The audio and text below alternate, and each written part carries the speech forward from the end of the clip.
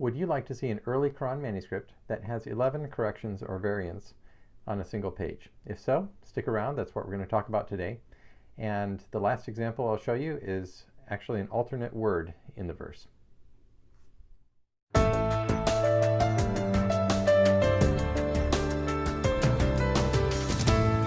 Well, you're going to enjoy the manuscript page that I'm showing you today. It is from, I think, from the early 8th century, so about 100 years, within 100 years of Muhammad's death. And it is a fragment, and by fragment, it is, I just want to clarify that term. It's a technical term. Obviously, when we think of a fragment, we sometimes think of just a little tiny piece of something. But in terms of manuscripts and Quran manuscripts, when we say the word fragment, it is a term that refers to anything that is less than a full Quran. So a fragment could be indeed a tiny little piece, or it could be one single page, a couple pages, or 50 pages, as long as it's not a full Quran. So the one that we're looking at today is one of the pages of a fragment of 11 pages.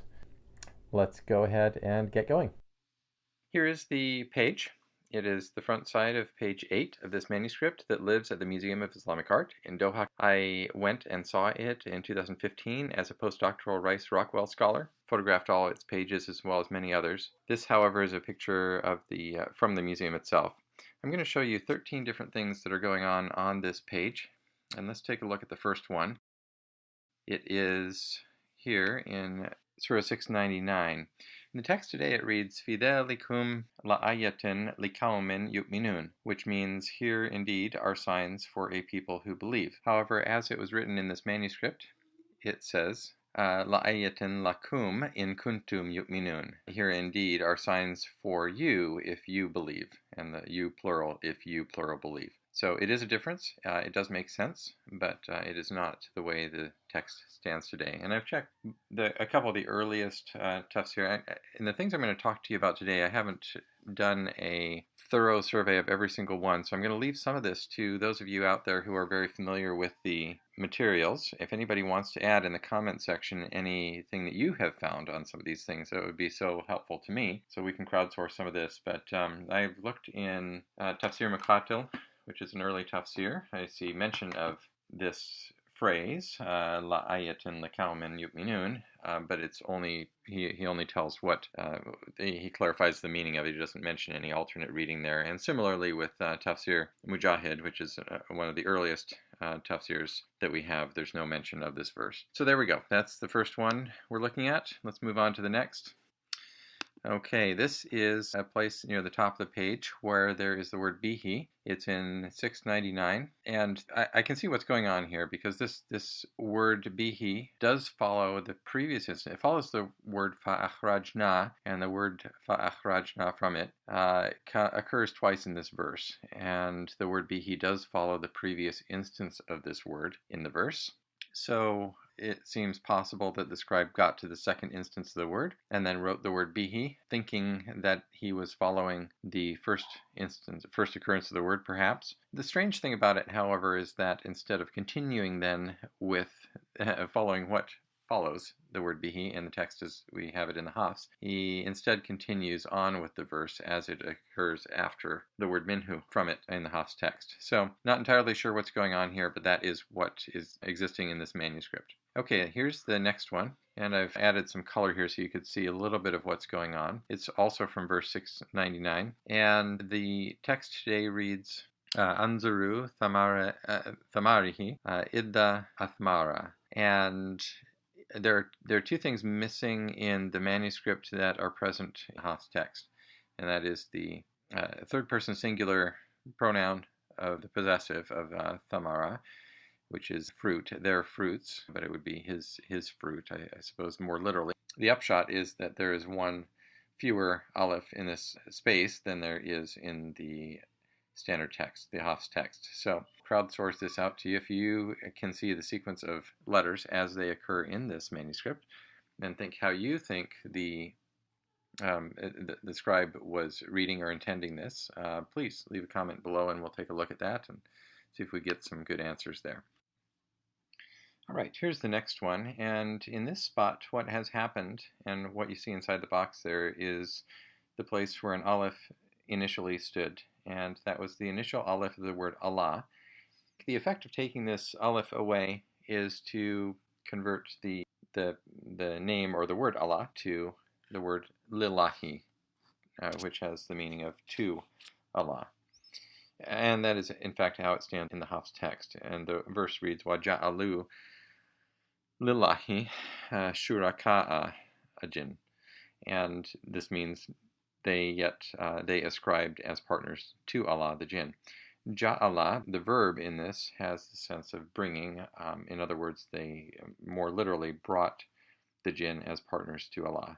This exact phrase, Ja'alu lillahi, occurs in 3 other places in the Quran, in 13:16, 13:33, and 14:30. And lahu, to him, is found in 43:15. Now, when the verb ja'ala has a noun following it in the accusative, it conveys a sense of acting upon the object.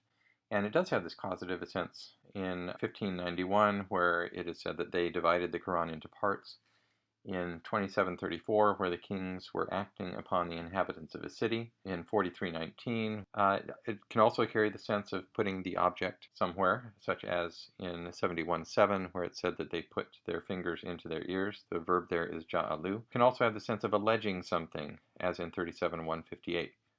When it comes to having God be the direct object, however, it's obviously problematic because it means acting upon God, doing something to God. One can understand why we don't see the word Allah in the accusative sense anywhere else in the Quran following ja'alu. So that all to say that I don't see how this would have made sense at all. I don't see any other place in the Quran where that sort of formulation exists. So this is most likely just an error, and we'll move on to the next one now.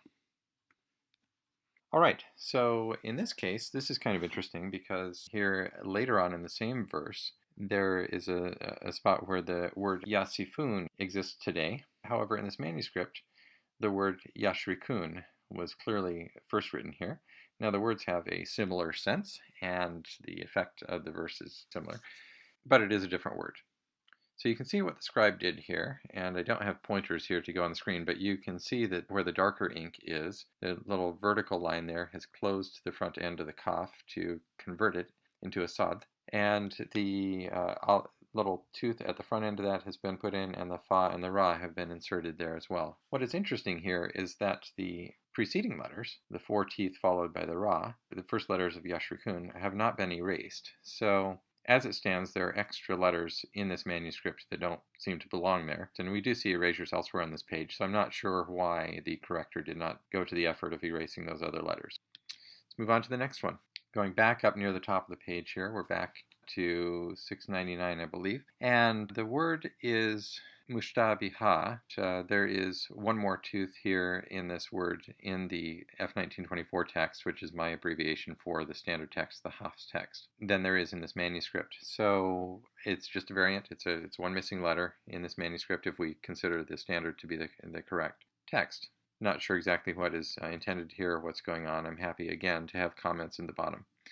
All right, and so we want to move through without taking too much time. The next one I'm showing you is 6106. The verse says, "Follow that which has been revealed to you, uhiya." However, in this manuscript, the word yuha is written instead, and it's the same word, but in the present tense. In other words, follow that which is being revealed to you from your Lord. So it works, but it is different from the standard text today. All right, so let's move on to the next one. This is the following verse, 6107, which reads in the Hafs text, "Law sha'a Allahu ma ashraku." Had Allah willed, they would not have been polytheists. As it is written in this manuscript, the final 2 letters of the verb are nun aleph instead of waw aleph, with the reading of Law sha'a Allahu ma ashrakna. If Allah had willed, they would not have ascribed partners to us. Not a huge difference in the meaning, some difference, but not a huge difference in the overall sense of the verse, but definitely a substantive difference in the rasam. Okay, we're just going to move a few words later in the verse here, and in the Hafs text, this verse reads, "Ja'alnaka alayhim." We have brought, or we have appointed over them, you as a watcher over them. The word watcher is the next word, hafiz. In this manuscript, however, the final letter, the mim, is absent. So it reads alayhi, which has the effect of making the verse read, we have appointed you a watcher over him. If we look down 2 lines further, we find another place where this manuscript does not quite match what is in the Hafs text. And the verse as it reads today says, كَذَلِكَ زَيَّنَا لِكُلِّ أُمَّةٍ أَمَالَهُمْ. To every people or nation we have made their deeds seem fair. Now, the manuscript has an extra aleph when compared to the standard text before the word amalahum. And the effect of this aleph is to make it plural, so their works or their deeds. So that's how it exists in the manuscript, but is not the way it exists in the text today.